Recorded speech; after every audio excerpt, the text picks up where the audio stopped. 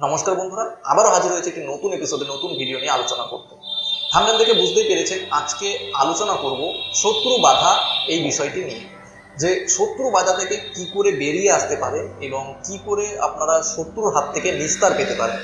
শত্রু বিভিন্ন রকমভাবেই হতে পারে, কিন্তু আপনার আশেপাশে আপনার বাড়ির ওপর কোনো ক্ষতি করছে বা আপনার সঙ্গে সমস্যা সৃষ্টি করছে, আপনার সমস্ত কাজে বাধা সৃষ্টি করছে। কখনো কখনো এরকম পর্যায়ে পৌঁছে যায় যে আপনার এরকম পরিস্থিতি এসে গেছে যে আপনার বেঁচে থাকা দুষ্কর হয়ে যাচ্ছে আপনার শত্রুর জন্য। অনেককেই এরকম দেখেছি যে কর্মক্ষেত্রে সে অনেক কিছুই করে যাচ্ছে, কিন্তু তার এরকম কিছু শত্রু রয়েছে যার জন্য কিন্তু এগিয়ে যেতে পারছে না। আপনি যেটাই করছেন না কেন তার জন্য আপনার যে ক্রেডিটটা সেটি আপনি কোনোরূপভাবে পাচ্ছেন না। তো এইসব ক্ষেত্রে কিন্তু এই শত্রুদেরকে একটি ক্রিয়া দ্বারা আপনি স্তম্ভন করতে পারেন, অর্থাৎ তাদের যে গতি সেটি কিন্তু আপনি রোধ করতে পারেন। তো গতি শুধুমাত্র কিন্তু এটাই বোঝায় না যে আপনার দিকে হেঁটে আসছে বা আপনার দিকে চলে আসাকে এই যে গতি, এটাই কিন্তু গতি নয়। গতি স্তম্ভন মানে এখানে কিন্তু বোঝাচ্ছে তার যে আপনার প্রতি যে ক্রিয়াকলাপ, অর্থাৎ আপনার প্রতি কোনো খারাপ কিছু বলা, আপনার প্রতি কোনো খারাপ কিছু করা, সমস্ত দিক, সেই দিকগুলো কিন্তু স্তম্ভন করে কিন্তু সেই শত্রুতা থেকে কিন্তু বেরিয়ে আসতে পারে। আপনি যত রূপেই যত ক্রিয়াই করুন না কেন, দেখছেন কোনো কিছু যখন হচ্ছে না, তখন কিন্তু আমি যে আজকের প্রয়োগটি বলছি সেই প্রয়োগটি একটিবার করুন, যেরকম নিয়মে বলছি সেরকম নিয়মে করুন, অবশ্যই কিন্তু সুফল আপনাকে পেতেই হবে। এমনকি যদি আপনার উপর কোনো ক্ষতি করে রাখে, কোনো তন্ত্রক্রিয়া করে রাখে, সেগুলোর মধ্যে থেকেও কিন্তু বেরিয়ে আসতে পারবেন আজকের বলা যে ক্রিয়াটি বলবো সেই ক্রিয়ার মাধ্যমে। অবশ্যই সাত্ত্বিক উপায়ে এটি করবেন। মায়ের একটি মহাবিদ্যা মাতা বগলামুখীর কিন্তু এটি প্রয়োগ। বগলামুখী মায়ের নামের সঙ্গে কিন্তু অনেকেই পরিচিত আছেন, যারা তন্ত্রের রুচি রাখেন তারা কিন্তু অবশ্যই মায়ের নাম শুনেছেন। মাতার কবচ যদি ঠিকঠাকভাবে ধারণ করতে পারেন তবে তো আপনার সমস্ত শত্রুর হাত থেকে মুক্তি অবশ্যই লাভ করবেন। এছাড়াও যদি আপনি মায়ের যে মন্ত্রটি, আমি আজকে বিশেষ যে মন্ত্রটি নিয়ে আলোচনা করছি, এই মন্ত্রটি যদি প্রতিদিন জপ করতে পারেন, অবশ্যই কিন্তু আপনার আশেপাশে যত শত্রু আছে তারা কিন্তু স্তম্ভিত হবে এবং বিক্ষিপ্ত হয়ে যাবে।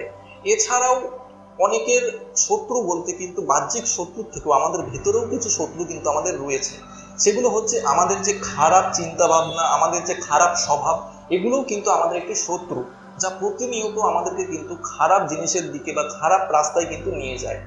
সেগুলো থেকেও কিন্তু মাতা কিন্তু মুক্তি দিতে সক্ষম।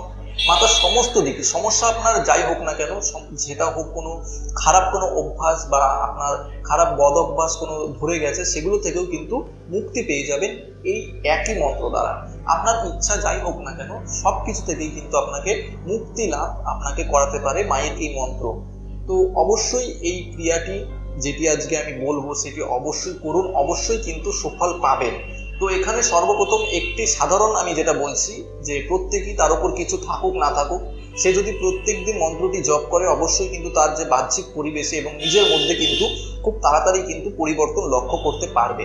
আর দ্বিতীয় যে ক্রিয়াটি বলবো, এটি যদি মনে হয় আপনার ওপর শত্রুর প্রভাব অতিরিক্ত বেড়ে যাচ্ছে এবং আপনার ওপর তন্ত্রক্রিয়া করা হয়েছে, তাহলে যে ক্রিয়াটি বলছি সেটি করুন।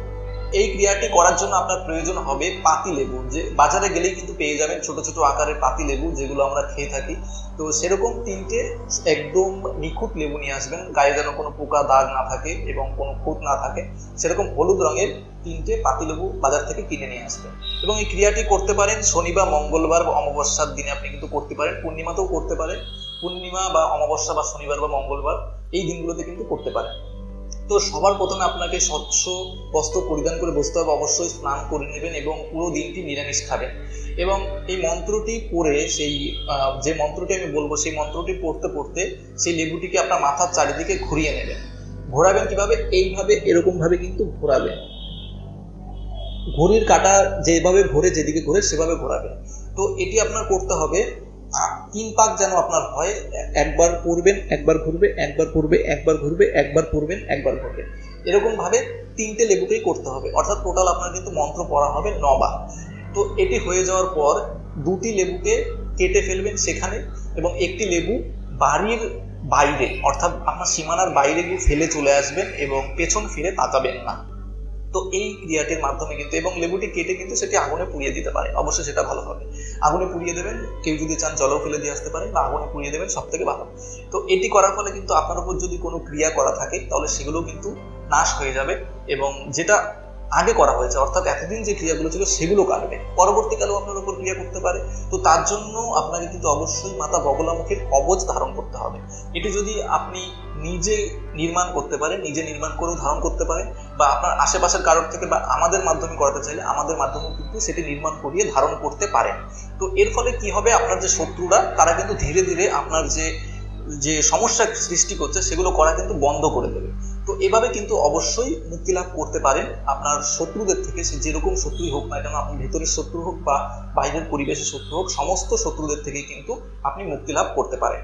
এবার হচ্ছে মন্ত্রটির ব্যাপার। মন্ত্রটি কিন্তু অলরেডি আমাদের যে টেলিগ্রাম গ্রুপ রয়েছে সেই টেলিগ্রাম গ্রুপে দেওয়া আছে, সেখানে যারা জয়েন করেননি এখনো জয়েন করুন, সেখান থেকে কিন্তু মন্ত্রটি টেক্সট আকারে পেয়ে যাবেন। তো সেই মন্ত্রটি নিয়ে প্রতিদিন জপ করুন, আর যদি সম্ভব হয় সংকল্প নিয়ে জপ করুন, 11,000 21,000 এরকম সংকল্প করে জপ করুন, তারপর হলুদ দিয়ে আপনি হোম করুন, অবশ্যই কিন্তু সুফল পাবেন। তো যারা এখনো টেলিগ্রাম গ্রুপে যোগদান করেননি অবশ্যই যোগদান করুন এবং সেখান থেকে মন্ত্রটি দেখে অবশ্যই এটি প্র্যাকটিস করুন, অবশ্যই কিন্তু খুব ভালো ফল আপনি পাবেন। যদি শত্রু নাও থাকে তবুও করতে পারেন, কোনো অসুবিধা নেই। তো দেখা হবে একটি নতুন এপিসোডে, ততক্ষণ ভালো থাকবেন, নমস্কার।